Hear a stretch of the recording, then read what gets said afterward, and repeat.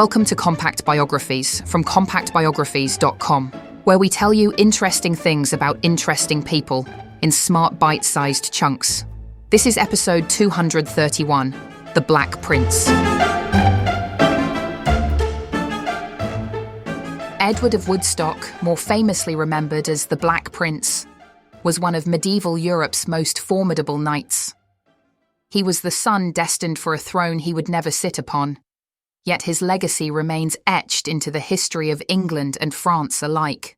His victories defined the early years of the 100 Years' War, and his reputation as both a chivalric hero and a brutal commander has continued to shape his legend. The Black Prince lived a life woven with triumph and tragedy, honour and controversy, and a fate that changed the future of a kingdom. Edward was born on the 15th of June 1330 at Woodstock Palace in Oxfordshire. He was the eldest son of King Edward III of England and his queen, Philippa of Hainault. From the start, he was the centre of royal attention. England had known political turmoil in the previous generation, but with Edward III now firmly on the throne, the future looked brighter and more secure. Young Edward was raised to be a monarch of power and prestige. He was tutored in languages, governance, and most importantly, the arts of war. Medieval kingship required a talent for battle, and from childhood, the prince displayed both discipline and daring. His parents instilled in him a strong sense of chivalry, shaping an image that would follow him onto every battlefield. The war that would define his life began when Edward III pressed his claim to the French throne in 1337. Conflict with France was hardly new, but this struggle developed into a prolonged contest of power and pride, later known as the 100 Years' War.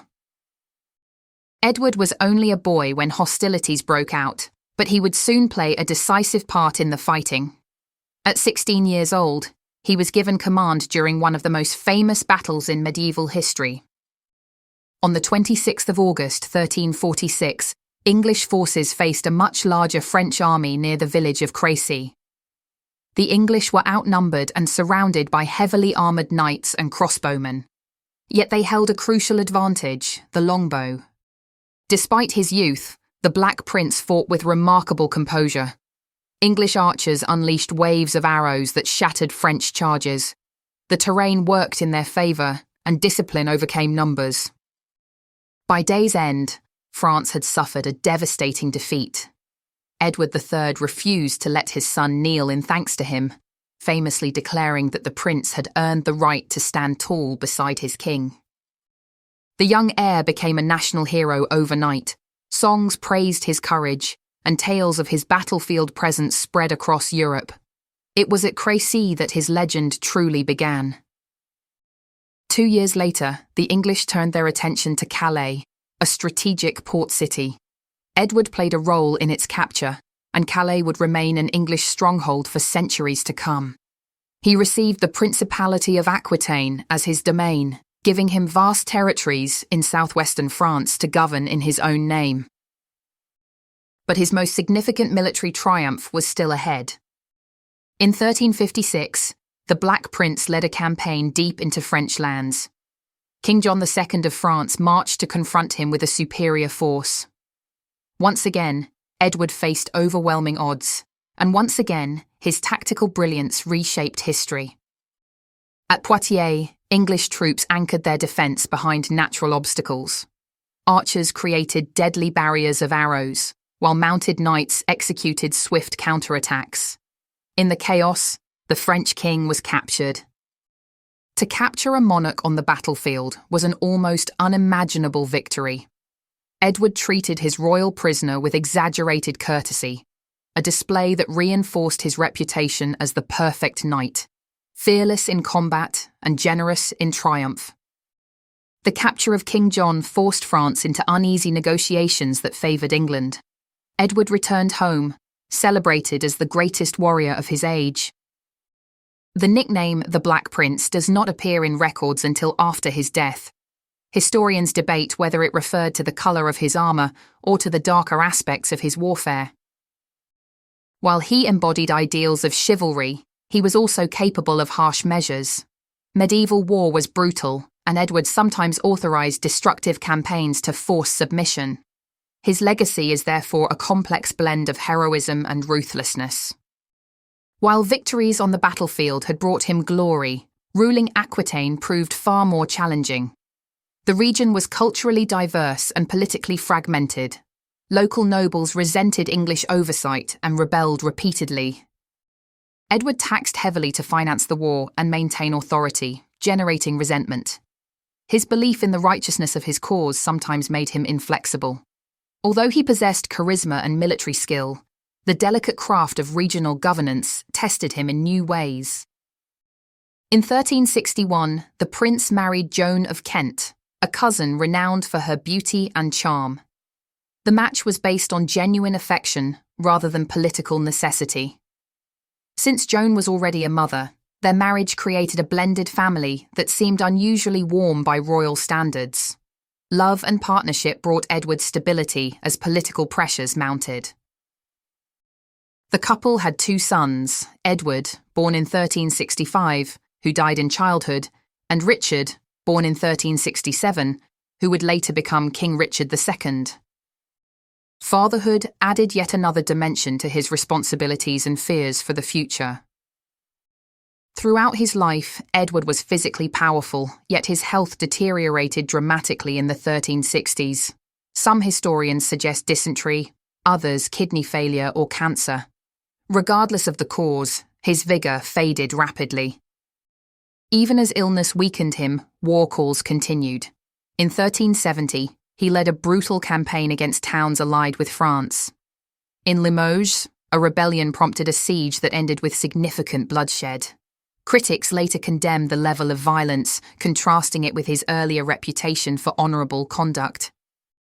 These final years emphasised the cost of constant conflict. The prince aged before his time, his once mighty frame bearing the weight of years filled with war. Edward returned to England permanently in 1371, too frail to continue fighting or ruling abroad. The heir who had been destined to inherit the crown now struggled to endure his illness. He died on the 8th of June 1376 at the age of just 45. England mourned deeply. The king had lost his eldest son, and the nation had lost its greatest defender. 1 year later, Edward III died. The crown passed not to the Black Prince, but to his young son Richard, a boy of 10. The kingdom entered a new era marked by uncertainty and political turmoil. History still wonders how differently things might have unfolded if Edward of Woodstock had lived long enough to become king. The Black Prince's story is inseparable from the history of the 100 Years' War. His victories at Crécy and Poitiers remain among the most celebrated in English history. His leadership expanded the reach of the English crown and proved that strategy and resolve could overcome even the most daunting odds. He symbolises the chivalric ideal. He was a knight who served his king with loyalty, a commander whose courage inspired an army, and a prince whose life was spent forging his destiny on the battlefield. Yet his legacy also carries the darker realities of warfare.